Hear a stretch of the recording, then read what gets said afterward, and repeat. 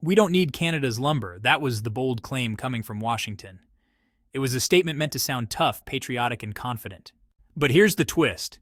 Just weeks later, Americans discovered how false that confidence really was. Almost overnight, the cost of building a home in the United States shot up by $14,000. Builders scrambled for supplies, contractors delayed projects, and ordinary families trying to buy their first home suddenly saw their dreams slipping away. News headlines began flashing. Lumber shortages sweep U.S. suburbs. Home builders panic as supplies vanish. 1 in 3 boards once came from Canada. That last one hit hardest. Imagine lining up 3 pieces of lumber at Home Depot. One of them, guaranteed, used to come from across the northern border. Now, with that flow drying up, the sound of construction slowed too. The echo of a nail gun hitting wood, replaced by silence. What started as a claim of independence quickly turned into a crisis of dependence. And the question echoing through construction sites, cabinet shops, and real estate offices was simple. If we don't need Canada's lumber, then why does the entire industry feel like it just lost its oxygen? This is where our story begins. And to understand how we got here, we need to rewind to the spark that lit this fire. One July morning in Washington. It all started on July 12th, a date that might not stick in history books yet, but for the lumber industry, it was the day the ground shook. That morning, Washington announced a 35% tariff on Canadian lumber. No warning, no gradual rollout, just a hammer drop. For many in the market, it felt like waking up to find the rules of the game rewritten overnight. At first, politicians framed it as a patriotic move, protecting American jobs, strengthening domestic industry. But in reality, it was like throwing a wrench into a finely tuned machine. Canada, blindsided and furious, didn't just protest, they retaliated. Ontario officials, who control some of the most important lumber pipelines, began quietly tightening the valves. The impact was immediate and massive. The United States suddenly found itself cut off from nearly 28 million cubic meters of softwood lumber every year. To put that in perspective, that's enough wood to frame 1.6 million houses. Imagine shutting down the entire home building industry of Texas, Florida, and California combined. That's the scale of the hit. And here's the thing about lumber. It isn't like oil, where tankers can be redirected from the Middle East within weeks. Lumber supply chains are slow, messy, and deeply integrated. One sudden tariff didn't just raise prices. It triggered a supply choke that spread like shockwaves across the entire economy. What was meant to look like a tough policy move had just created an economic earthquake. And as the dust settled, Americans started to feel it where it hurt most. The price of the most basic building block, the humble 2x4. If you've ever stepped into a hardware store, you know the 2x4. It's not fancy. It's the backbone of nearly every American home, school, and office. But after July 12th, this simple plank of wood suddenly became as valuable as gold. Within weeks, lumber futures went wild, shooting from around $650 to $765 per 1,000 board feet. For builders, that meant every single project just got a lot more expensive. A new home that once cost $250,000 to build suddenly carried an extra $7,500 to $10,000 in lumber costs alone. And here's where things got even tighter. Mortgage rates were already hovering near 7%, the highest in over 2 decades. For families trying to buy their first home, this double squeeze was devastating. Higher interest rates and higher building costs meant thousands of buyers were priced out overnight. Builders described it as the worst supply crunch since World War II. One contractor from Ohio put it bluntly, "I can't sign contracts with families when I don't even know if I'll have wood to finish their house." Another in Texas said, "Every load of lumber feels like a lottery ticket, and lately we're losing more than we're winning." It wasn't just numbers on a chart anymore, it was stalled projects, half-framed houses sitting in silence, and young couples watching their dream home slip out of reach. And just when you thought things couldn't escalate further, Canada made its next move. This time, it wasn't just about prices, it was about power. 4 days after the tariff shock, on July 16th, Canada fired back with something the U.S. didn't expect: export quotas. For the first time in decades, Ottawa signaled it was ready to cap how much lumber would leave Canadian borders. It wasn't just a technical trade measure, it was a warning shot. If Washington wanted to play tough, Canada could squeeze harder. Think of quotas like a rationing system. Instead of letting lumber flow freely, Canada essentially said, we'll decide how much, when, and to whom this wood goes. And here's the kicker. The U.S. was no longer first in line. Ontario's sawmills, already running at over 80% capacity, started shifting focus inward. Why? Because Canada was investing heavily in its own green building projects, infrastructure upgrades, and domestic housing needs. For Canadian policymakers, it was simple.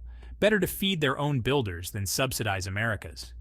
This wasn't just about lumber anymore. It was about leverage. By holding back exports, Canada reminded Washington just how dependent the U.S. was. Every nail driven in an American house suddenly carried a Canadian shadow. And in the background, a bigger question loomed.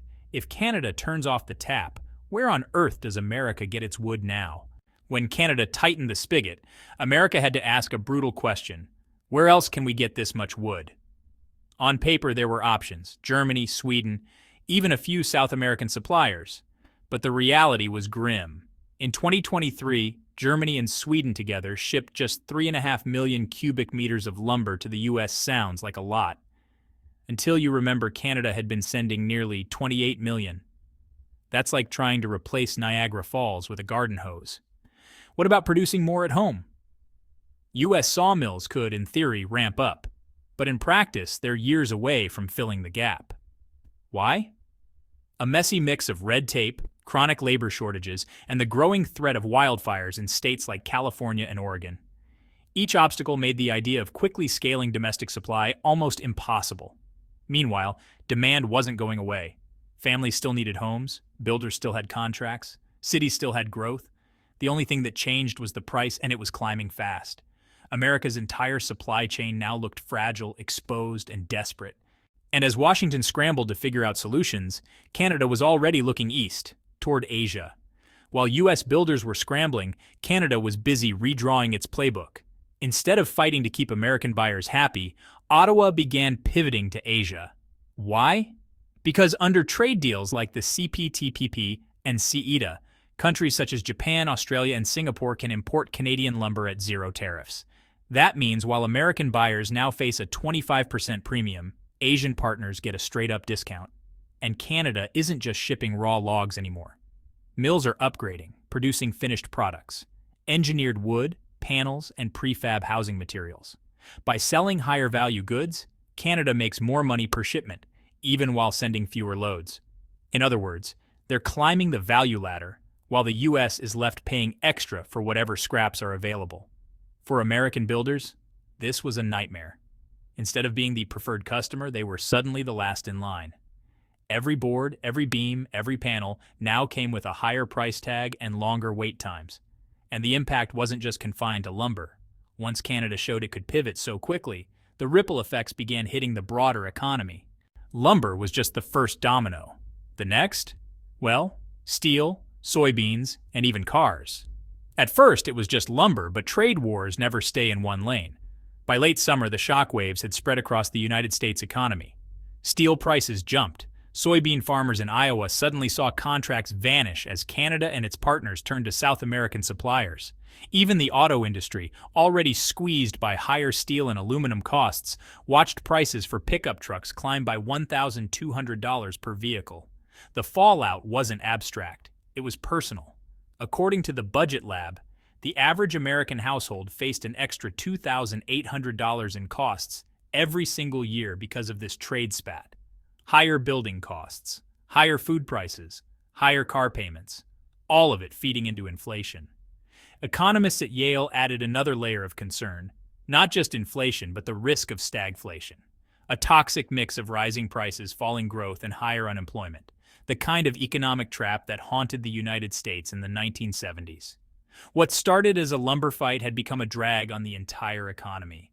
And beyond the numbers, there was something deeper: resentment. On both sides of the border, ordinary people began feeling that this wasn't just about trade. It was about trust, pride, and who would blink first. That tension didn't just hurt wallets. It started to reshape life at the border itself. The United States-Canada border has always been more than just a line on a map. It's been a lifeline for trade, tourism, and everyday life. But after tariffs and quotas turned into full-blown retaliation, that lifeline started to snap. Bridge traffic across crossings like Buffalo-Fort Erie and Detroit-Windsor plunged. Shops and outlet malls in places like Erie County, New York, reported sales tax shortfalls of nearly 7%. Restaurants and diners near the border saw fewer Canadian plates in their parking lots. Some even closed early on weekends that used to be their busiest. It wasn't just about dollars, it was about mood. A May 2025 survey revealed that 71% of Canadians said they would buy fewer American goods out of principle. For decades, cross-border shopping had been part of the culture. Now it was turning into consumer revenge. And that psychological chill ran deeper than empty malls. Families with relatives on both sides cut back visits. Businesses that once bragged about Made in North America started to quietly erase the label. For the first time in a generation, the border wasn't just slowing, it was freezing. And with every slowdown, the political pressure in Washington began to build. Because this wasn't just a trade story anymore. It was becoming an election story.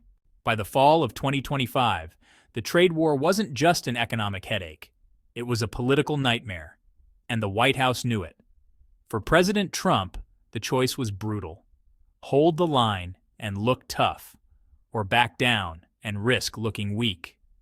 On one hand, tariffs played well with the America First message.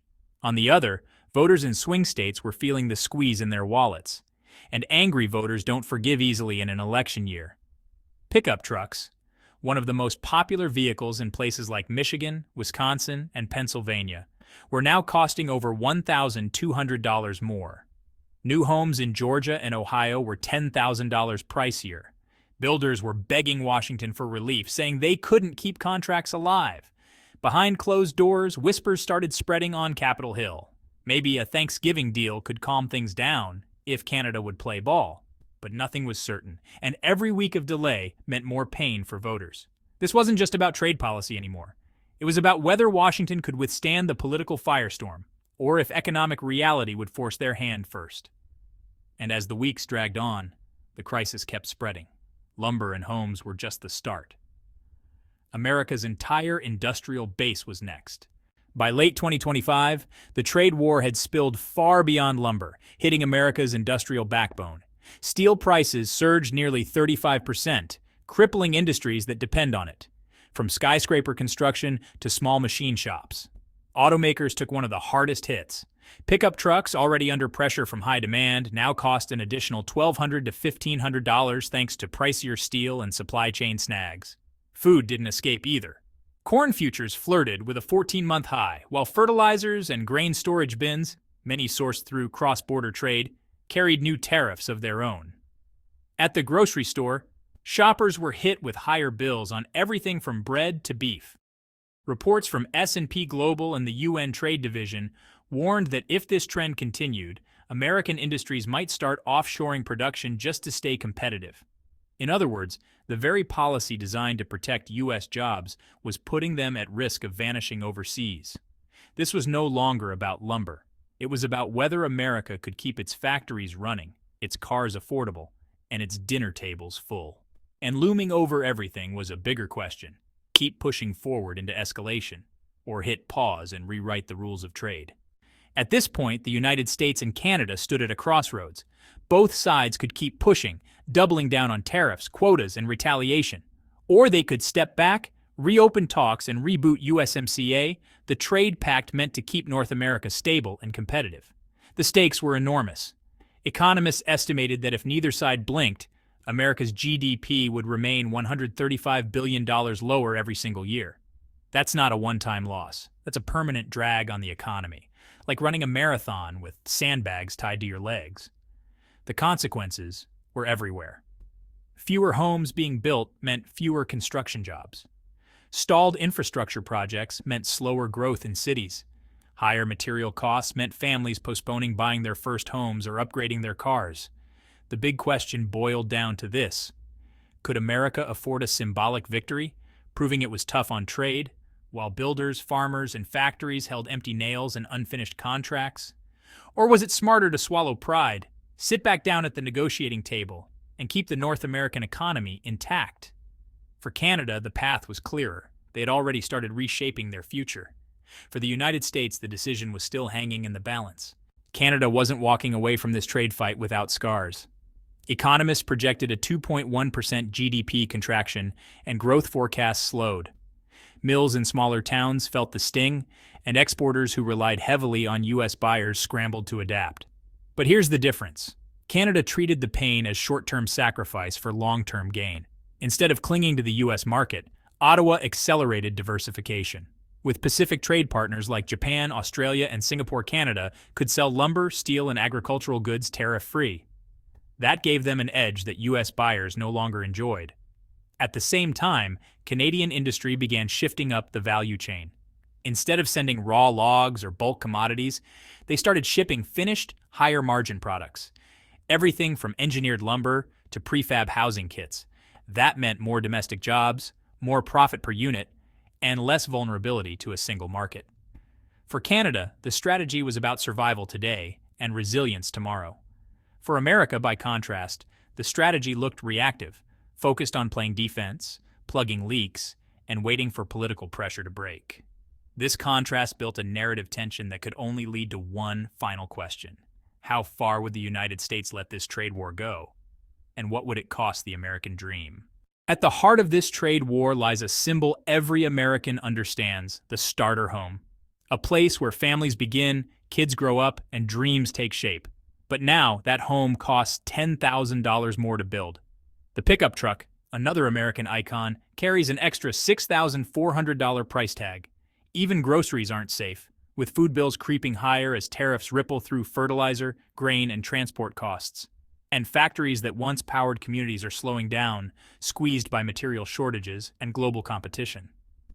The American dream, the promise of affordable homes, cars in the driveway, and food on the table, suddenly feels smaller, heavier, harder to reach. And all because of a trade fight that started with one bold claim: we don't need Canada's lumber.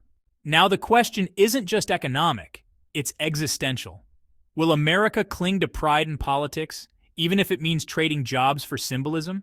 Or will it pivot towards strategy, rebuilding partnerships before the damage becomes permanent? That's the choice facing Washington, and it's a choice that affects every builder, farmer, and family across the country. So, what do you think? Is this trade war a necessary stand for America's independence, or a self-inflicted wound shrinking the American dream?